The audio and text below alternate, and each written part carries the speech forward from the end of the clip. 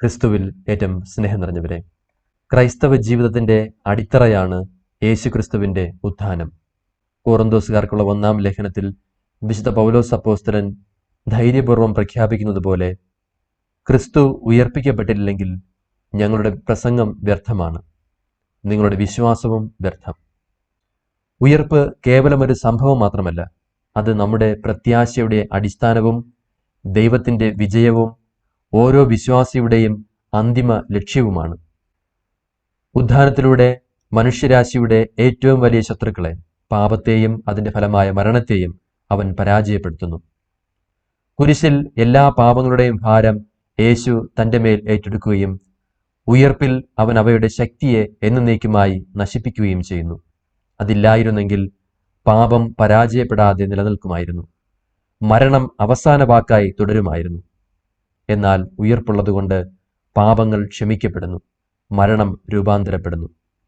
അതുകൊണ്ടാണ് വിശുദ്ധ പൗലോസ് അപ്പോസ്തലൻ ചോദിക്കുന്നത്, മരണമേ നിന്റെ വിജയം എവിടെ? മരണമേ നിന്റെ ദംശനം എവിടെ? പ്രിയപ്പെട്ടവരെ, ക്രിസ്തുവിന്റെ ഉയർപ്പ് കേവലം കഴിഞ്ഞുപോയ ഒരു സംഭവമോ വിദൂരമായ ഒരു പ്രത്യാശയോ അല്ല, അത് നമ്മുടെ വ്യക്തിപരമായ അനുഭവമായി മാറണം. നാം ചോദിക്കേണ്ട ചോദ്യം ക്രിസ്തു ഉയർത്തെഴുന്നേറ്റോ എന്നല്ല, അവന്റെ ഉയർപ്പ് എങ്ങനെയാണ് എന്നിൽ ജീവനുള്ളതായി മാറുന്നത് എന്നാണ്.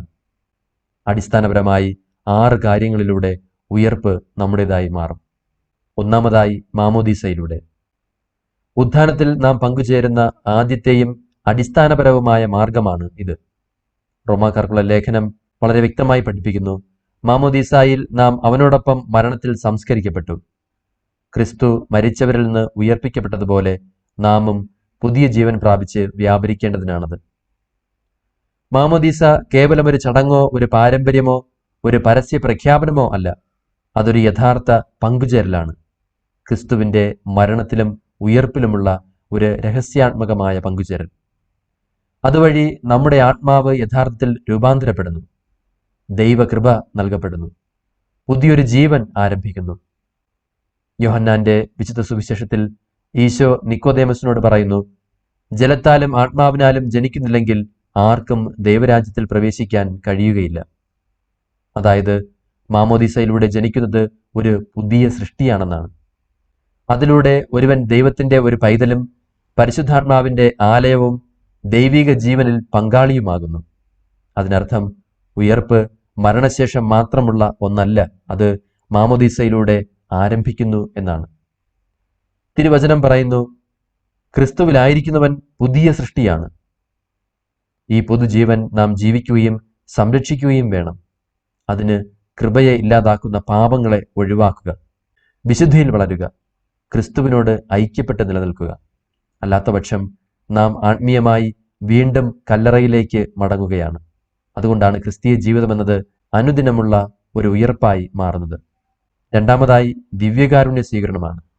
മാമോദീസ ജീവൻ നൽകുന്നുവെങ്കിൽ ദിവ്യകാരുണ്യം അതിനെ നിലനിർത്തുന്നു. ദിവ്യകാരുണ്യത്തിൽ നാം സ്വീകരിക്കുന്നത് ജീവിക്കുന്ന ഉയർത്തെഴുന്നേറ്റ ക്രിസ്തുവിനെയാണ്.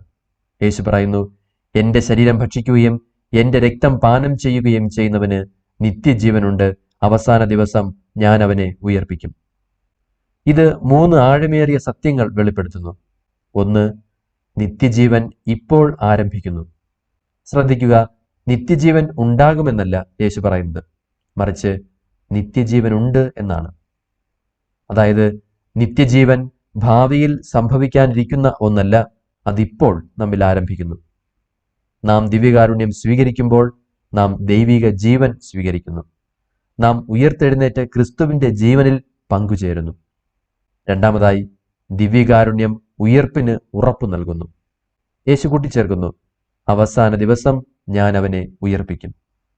അതായത് ദിവ്യകാരുണ്യം നമ്മുടെ ഭാവിയിലെ ഉയർപ്പിന്റെ ഒരു വാഗ്ദാനമാണ്, അച്ചാരമാണ് എന്നാണ്. അത് നമ്മെ ക്രിസ്തുവിനോട് എത്രമാത്രം ആഴത്തിൽ ഒന്നിപ്പിക്കുന്നുവെന്ന് ചിന്തിക്കുക. അവന്റെ ലക്ഷ്യസ്ഥാനം നമ്മുടേതുമായി മാറുന്നു. ഉയർത്തെഴുന്നേറ്റവനുമായി നാം ഐക്യപ്പെട്ടാൽ അവനായിരിക്കുന്നിടത്ത് തന്നെ നാമും എത്തിച്ചേരും. ആദ്യകാല സഭ ഇക്കാരണങ്ങളാൽ ദിവ്യകാരുണ്യത്തെ അമർത്യതയുടെ ഔഷധമെന്നാണ് വിളിച്ചിരുന്നത്. മൂന്നാമതായി, ക്രിസ്തുവുമായുള്ള വ്യക്തിപരമായ ഐക്യം. ദിവ്യകാരുണ്യം കേവലം കൃപ സ്വീകരിക്കലല്ല, അതൊരു വ്യക്തിയെ സ്വീകരിക്കലാണ്.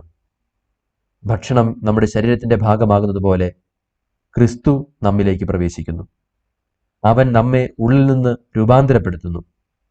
നാം എന്താണോ സ്വീകരിക്കുന്നത് അതായി ക്രിസ്തുവിന്റെ ശരീരമായി നാം മാറുന്നു. നമ്മിലെ ഉയർപ്പിന്റെ ജീവൻ പല കാരണങ്ങളാൽ മങ്ങിപ്പോകാനും ദുർബലമാകാനും സാധ്യതയുണ്ട്.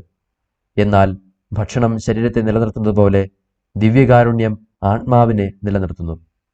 അതില്ലെങ്കിൽ ആത്മീയ ജീവിതം ക്ഷയിക്കുന്നു. അതുണ്ടെങ്കിൽ ദൈവകൃപ വളരുന്നു, സ്നേഹം ആഴമുള്ളതാകുന്നു, പ്രത്യാശ ശക്തിപ്പെടുന്നു. ഇതുകൊണ്ടാണ് നമുക്ക് പതിവായി ദിവ്യകാരുണ്യം ആവശ്യമായി വരുന്നത്. ഓരോ ദിവ്യബലിയും അന്തിമ ഉയർപ്പിന്റെ മുന്നാസ്വാദനമാണ്, നിത്യജീവന്റെ വാഗ്ദാനമാണ്, സ്വർഗത്തിന്റെ ഒരു നേർക്കാഴ്ചയാണ്. നാം ക്രിസ്തുവിനെ സ്വീകരിക്കുമ്പോൾ അവസാന ദിവസത്തിൽ നമ്മെ ഉയർപ്പിക്കാനിരിക്കുന്നവനെയാണ് നാം സ്വീകരിക്കുന്നത്. ഇതുകൊണ്ടാണ് ദിവ്യകാരുണ്യം എന്നത് കേവലം ഒരു ഐച്ഛിക കാര്യമല്ലാത്തത്, അത് അത്യന്താപേക്ഷിതമാകുന്നത്. ഉയർത്തെഴുന്നേറ്റ ക്രിസ്തുവിനെ നാം യഥാർത്ഥമായി സ്വീകരിക്കുന്നുവെങ്കിൽ നാം അവനെപ്പോലെയാകണം. പലരും സ്വീകരിക്കുന്നു, എന്നാൽ ചുരുക്കം ചിലർ മാത്രമേ രൂപാന്തരപ്പെടുന്നുള്ളൂ. അവ തമ്മിലുള്ള വ്യത്യാസം വിശ്വാസവും ഒരുക്കവും തുറവിയുമാണ്. കല്ലറയിൽ കല്ലുമാറിയത് ക്രിസ്തു അതിനകത്തുണ്ടായിരുന്നതുകൊണ്ടാണ്. ജീവിതത്തിലെ കല്ലുകളും പ്രതിസന്ധികളും മാറാൻ ക്രിസ്തു നമ്മുടെ ഉള്ളിലുണ്ടാകണം. യാതൊരു രൂപാന്തരീകരണവും സംഭവിക്കുന്നില്ലെങ്കിൽ നാം എന്താണ് സ്വീകരിക്കുന്നതെന്ന് നാം പൂർണ്ണമായി മനസ്സിലാക്കിയിട്ടില്ല എന്നും വിശ്വസിച്ചിട്ടില്ല എന്നുമാണ് അർത്ഥം. ഇനി മൂന്നാമതായി, വിശ്വാസത്തിലൂടെ. ഉയർപ്പിന്റെ ജീവൻ പ്രവേശിക്കുന്ന വാതിലാണ് വിശ്വാസം. യേശു പറയുന്നു, എന്നിൽ വിശ്വസിക്കുന്നവൻ മരിച്ചാലും ജീവിക്കും. വിശ്വാസം എന്നാൽ ക്രിസ്തുവിൽ പൂർണ്ണമായി ആശ്രയിക്കുക, അവന് സ്വയം സമർപ്പിക്കുക, അവനെ അനുസരിക്കുക. വിശ്വാസമുണ്ടെങ്കിൽ അത് രൂപാന്തരീകരണത്തിന് കാരണമാകുന്നതുമായിരിക്കും. ഇനി നാലാമതായി, മാനസാന്തരത്തിലൂടെ. ഉയർപ്പെന്നത് ഒറ്റത്തവണ നടക്കുന്ന ഒരു സംഭവമല്ല, അതൊരു ദൈനംദിന പ്രക്രിയയാണ്. ഓരോ തവണ നാം പശ്ചാത്തപിക്കുമ്പോഴും കുമ്പസാരിക്കുമ്പോഴും ദൈവത്തിലേക്ക് തിരികെ വരുമ്പോഴും നാം വീണ്ടും ഉയർത്തെഴുന്നേൽക്കുകയാണ്. പാപമെന്നത് ഒരുതരം ആത്മീയ മരണമാണ്. ദൈവകൃപ എന്നത് ഒരു ആത്മീയ ഉയർപ്പും. അതുകൊണ്ടാണ് കുമ്പസാരം കല്ലറയിൽ നിന്ന് പുറത്തു വരുന്നതിന് തുല്യമാകുന്നത്. അഞ്ചാമതായി, ക്രിസ്തുവിനോട് ചേർക്കപ്പെട്ട സഹനങ്ങളിലൂടെ. വിശുദ്ധ പൗലോസ് അപ്പോസ്തലൻ പറയുന്നു, അവന്റെ സഹനങ്ങളിൽ പങ്കുചേർന്നുകൊണ്ട് മരിച്ചവരിൽ നിന്നുള്ള ഉയർപ്പിൽ എത്തിച്ചേരാമെന്ന് ഞാൻ ആശിക്കുന്നു. നാം നമ്മുടെ വേദനകളെ ക്രിസ്തുവിനോട് ചേർക്കുമ്പോൾ അത് അർത്ഥവത്തായി മാറുന്നു, അത് രക്ഷാകരമായി മാറുന്നു, അത് മഹത്വത്തിലേക്ക് നയിക്കുന്നു. ആറാമതായി, കൃപയുടെയും വിശുദ്ധിയുടെയും ജീവിതത്തിലൂടെ. അവസാനമായി, ഉയർത്തെഴുന്നേറ്റവരെ പോലെ ജീവിക്കുന്നതിലൂടെ നാം ഉയർപ്പിന്റെ പൂർണ്ണതയിൽ പങ്കുചേരുന്നു. തിരുവചനം പറയുന്നു, ക്രിസ്തുവിനോടുകൂടെ നിങ്ങൾ ഉയർപ്പിക്കപ്പെട്ടുവെങ്കിൽ ഉന്നതങ്ങളിലുള്ളവയെ അന്വേഷിക്കുവിൻ. അതിനർത്ഥം ഒന്നാമതായി സ്നേഹത്തിൽ ജീവിക്കുക, ബുദ്ധിമുട്ടേറിയ സാഹചര്യങ്ങളിൽ പോലും സ്നേഹിക്കുക എന്നാണ്. 2, പ്രത്യാശയിൽ ജീവിക്കുക, അന്ധകാരത്തിൽ പോലും ദൈവത്തിൽ പൂർണ്ണമായി ആശ്രയിക്കുക. 3, വിശുദ്ധിയിൽ ജീവിക്കുക, പാപത്തെ പൂർണ്ണമായി ഉപേക്ഷിച്ചുകൊണ്ട് നന്മ തിരഞ്ഞെടുക്കുക എന്നതാണ്.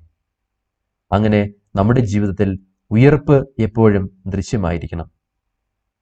പ്രിയപ്പെട്ടവരെ, ചുരുക്കി പറഞ്ഞാൽ ഉയർപ്പ് നമ്മുടേതായി മാറുന്നത് ഇപ്രകാരമാണ്. മാമോദീസായിൽ നാം ഉയർത്തെഴുന്നേൽക്കാൻ തുടങ്ങുന്നു. ദിവ്യകാരുണ്യത്തിൽ നാം ശക്തിപ്പെടുന്നു. വിശ്വാസത്തിൽ നാം നമ്മുടെ ഹൃദയങ്ങൾ തുറക്കുന്നു. മാനസാന്തരത്തിൽ നാം അനുദിനം വീണ്ടും ഉയർത്തെഴുന്നേൽക്കുന്നു. സഹനത്തിൽ നാം ശുദ്ധീകരിക്കപ്പെടുന്നു. വിശുദ്ധിയിൽ നാം ഉയർത്തെഴുന്നേറ്റ ജീവൻ ജീവിക്കുന്നു. നമുക്ക് നമ്മോട് തന്നെ സത്യസന്ധമായി ചോദിക്കാം, ഉയർത്തെഴുന്നേറ്റ ക്രിസ്തുവിന്റെ ജീവനാണോ ഞാൻ ജീവിക്കുന്നത്? അതോ പാപത്തിന്റെയും ഭയത്തിന്റെയും നിസ്സംഗതയുടെയും കല്ലറയാൽ ഞാൻ ഇപ്പോഴും ബന്ധിക്കപ്പെട്ടിരിക്കുകയാണോ? ഒരു നിമിഷം പ്രാർത്ഥിക്കാം. കർത്താവായ യേശുവേ, ഞങ്ങൾക്ക് ജീവൻ നൽകാൻ അങ്ങ് ഉയർത്തെഴുന്നേറ്റുവല്ലോ. പാപത്തോട് മരിക്കാനും ഓരോ ദിവസവും കൃപയിൽ ഉയർത്തെഴുന്നേൽക്കുവാനും അങ്ങയുടെ നിത്യമഹത്വത്തിൽ ഞങ്ങൾ പൂർണ്ണമായി പങ്കുചേരുന്നതുവരെ ഉയർപ്പിന്റെ യഥാർത്ഥ മക്കളായി ജീവിക്കാനും ഞങ്ങളെ സഹായിക്കണമേ. സർവശക്തനായ ദൈവം, പിതാവും പുത്രനും പരിശുദ്ധാത്മാവും നമ്മെ അനുഗ്രഹിക്കുമാറാകട്ടെ. ആമേൻ.